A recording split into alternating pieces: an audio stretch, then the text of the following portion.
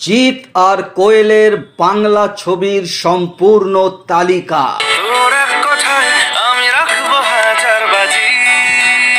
এই ভিডিওতে আমরা জানবো জিৎ এবং কোয়েল দুজনে মিলে একসঙ্গে মোট কটি ছবি করেছিলেন আর সেই সব ছবির বক্স অফিস কিরকম ছিল। এটি একটি অনুরোধের ভিডিও। এই ভিডিওটি আনার জন্য অনুরোধ করেছিলেন সুজল নাথ, তো তার অনুরোধের এই ভিডিওটি এবং তার সঙ্গে অবশ্যই যারা জিৎ কোয়েলের ভক্ত তাদের জন্য এই ভিডিওটি। তার আগে এখনো যারা চ্যানেলটিকে সাবস্ক্রাইব করে রাখেননি এক্ষুনি করে নিজের সংগ্রহে রেখে দিন, কারণ এখানে আপনারা যে ধরনের ইনফরমেশন পাবেন তা কিন্তু আর কোনো ইউটিউব চ্যানেলে পাবেন না। চলুন আমরা শুরু করে দিই জিৎ কোয়েলের বাংলা ছবির ভিডিওটি।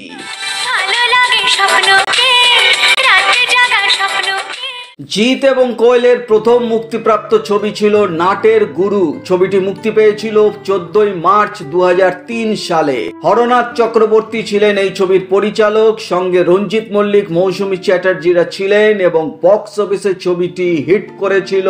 টানা 165 দিন নাটের গুরু ছবিটি সিনেমা হলে চলেছিল।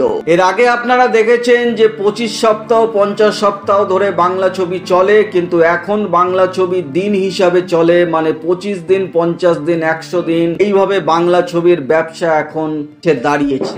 এর পরের ছবি বন্ধন। 2004 সালের 17 ডিসেম্বর বন্ধন ছবিটি মুক্তি পায়। রবি কিনাগি ছিলেন এই ছবির পরিচালক, সঙ্গে ভিক্টর ব্যানার্জি, লকেট চ্যাটার্জিরা ছিলেন এবং বক্স অফিসে বন্ধন সুপার হিট করেছিল। ছবিটি 200 দিন ধরে এক টানা চলেছিল।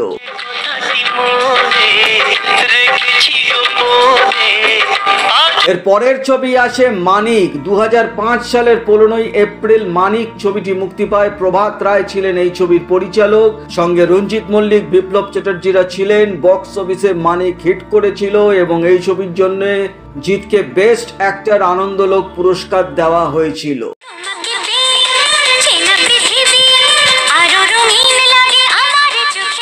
এরপরে আসে শুভ দৃষ্টি। 2005 সালের 4 নভেম্বর শুভ দৃষ্টি ছবিটি মুক্তি পায়। প্রভাত রায় ছিলেন এই ছবির পরিচালক, সঙ্গে পরমব্রত চ্যাটার্জি, লাবণী সরকার, বিশ্বজিৎ চক্রবর্তীরা ছিলেন এবং বক্স অফিসে শুভ দৃষ্টি সুপার হিট করেছিল এবং এই ছবিটির জন্য বেস্ট অ্যাক্ট্রেস কোয়েল মল্লিককে পুরস্কার দেওয়া হয়েছিল আনন্দলোক অ্যাওয়ার্ড এবং কালাকার অ্যাওয়ার্ডে।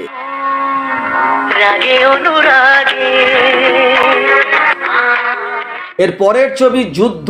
একই বছর 2005 সালের 29 জুলাই যুদ্ধ ছবিটি মুক্তি পায়। রবি কিনাগি ছিলেন এই ছবির পরিচালক, সঙ্গে মিঠুন চক্রবর্তী, দেবশ্রী রায়, রজতাভ দত্তরা ছিলেন। এই ছবিটি 180 দিন ধরে হলে টানা চলেছিল এবং বক্স অফিসে যুদ্ধ সুপার হিট করেছিল। এর পরের ছবি আসে হিরো। 2006 সালের 20 জানুয়ারি হিরো ছবিটি মুক্তি পায়। স্বপন সাহা ছিলেন এই ছবির পরিচালক, সঙ্গে তাপস পাল, লাবণী সরকার, বাংলাদেশের রাজ্জাক ছিলেন এবং বক্স অফিসে হিরো অ্যাভাব অ্যাভারেজ ব্যবসা করেছিল, মানে ছবির কস্ট তুলে ছবি কিছুটা প্রফিটের মুখ দেখেছিল।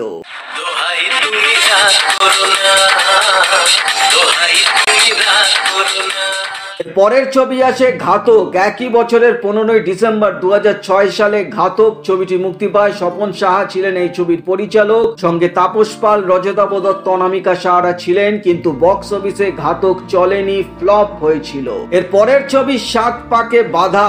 3 বছরের ব্যবধানে 2009 সালের 29 মে ছবিটি মুক্তি পায় জিৎ এবং কোয়েলের। জিৎ মন্ডল ছিলেন এই ছবির পরিচালক, সঙ্গে রঞ্জিত মল্লিক, লাবণী সরকার, লকেট চ্যাটার্জিরা ছিলেন এবং বক্স অফিসেও 7 পাকে বাঁধা হিট করেছিল। এর পরের ছবি নীল আকাশের চাঁদনি। একই বছর 2009 সালের 7 আগস্ট ছবিটি মুক্তি পায়। সুজিত গুহ ছিলেন এই ছবির পরিচালক, সঙ্গে যিশু সেনগুপ্ত, অনুরাধা রায়রা ছিলেন, কিন্তু বক্স অফিসে নীল আকাশের চাঁদনি চলেনি, ফ্লপ করেছিল। তবে এই ছবির জন্য জিৎকে বেস্ট অ্যাক্টর কালাকার অ্যাওয়ার্ড দেওয়া হয়েছিল। এরপরে আসে দুই পৃথিবী। 2010 সালের 14 অক্টোবর দুই পৃথিবী ছবিটি মুক্তি পায়। রাজ চক্রবর্তী ছিলেন এই ছবির পরিচালক, ছবিতে দেব ও বরখা বিস্ত এবং আরো অন্যান্য শিল্পীরা ছিলেন এবং বক্স অফিসে দুই পৃথিবী হিট হয়েছিল।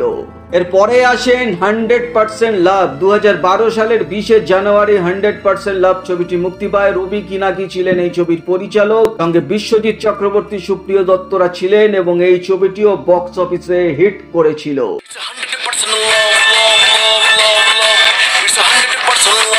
এর পরের ছবি বেশ করেছি প্রেম করেছি 3 বছরের ব্যবধানে 2015 সালের 17 জুলাই ছবিটি মুক্তি পায়। রাজা চন্দ ছিলেন এই ছবির পরিচালক, বম্বের পুনিত, ঈশ্বর, আশিস বিদ্যার্থীরা ছিলেন। বক্স অফিসে বেশ করেছি প্রেম করেছি হিট হয়েছিল।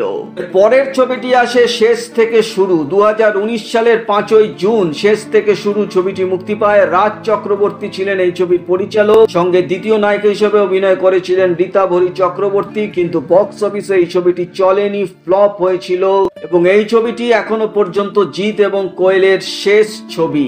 জিৎ এবং কোয়েলের যদি একটা ক্যারিয়ার সামারি করা যায় তাহলে দেখা যাচ্ছে দুজনে মিলে একসঙ্গে মোট ছবি করেছিলেন 13টি, তার মধ্যে সুপার হিট ছবি হয়েছিল 3টি, 6টি ছবি হিট হয়েছিল, 1টি ছবি অ্যাভাব অ্যাভারেজ গিয়েছিল এবং 3টি ছবি ফ্লপ হয়েছিল। তো অবশ্যই একটি আকর্ষণীয় জনপ্রিয় সুপার হিট জুটি জিৎ এবং কোয়েলের, এতে কোনো সন্দেহ নেই।